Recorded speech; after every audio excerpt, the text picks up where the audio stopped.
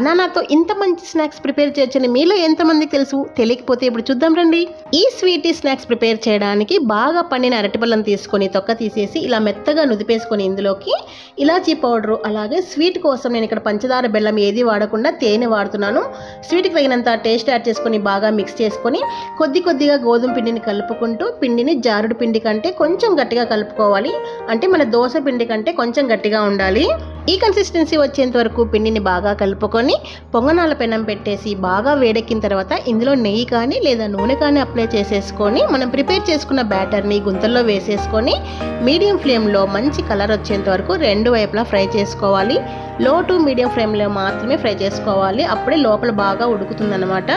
చూసారా ఎంత కలర్ఫుల్గా భలే ఉన్నాయి కదా. మరి మీకు నచ్చిందా ఈ స్వీటు?